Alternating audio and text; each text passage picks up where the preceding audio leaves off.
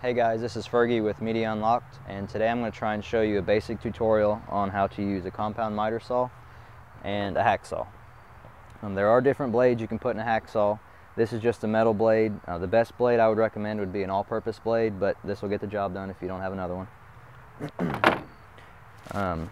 On your hacksaw, you have a couple different, your compound miter saw, you have a couple different adjustments. Before you do any cut, most of our cuts are going to be a straight 90-degree angle cut, so you always want to set them to 0 degrees. It'll rotate like this.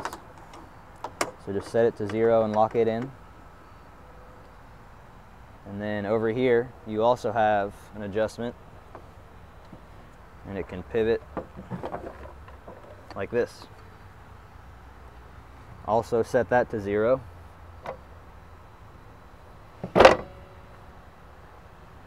That's pretty good.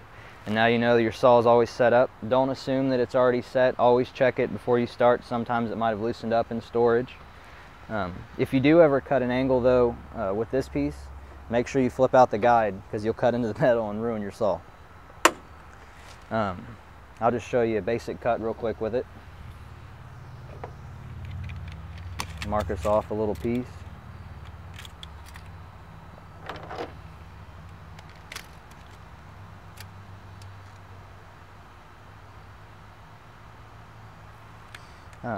You want to try, if you have a bunch of different measurements like you're going to cut, you always want to start with your shortest measurement first, so that way you've got plenty of grip out here so you don't end up cutting your hands.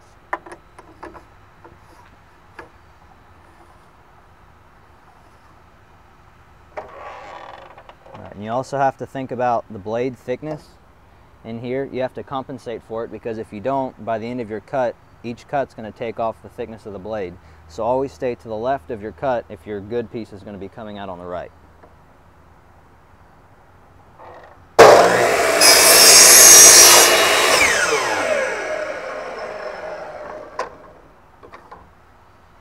There you go. That's the compound miter.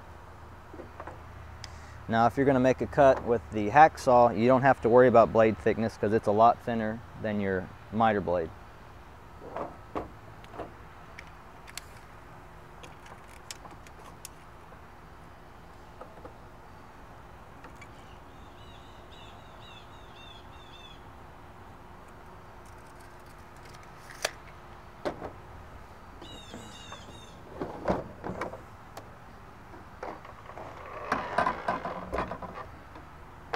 Alright, when I make a cut with one of these, I like to get it as close to my flat surface as I can and try and put all my weight on it.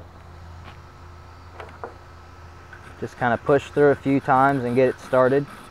Once you can tell it's going straight, just keep cutting through.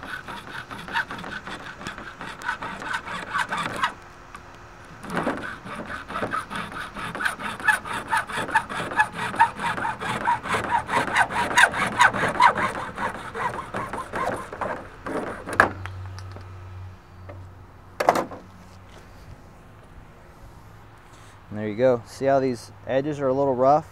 You want to go back with a pocket knife or utility knife or something when you're done. Just clean it up. And that's the basics. I think you should be able to cut just about anything we're going to have you do with these two saws.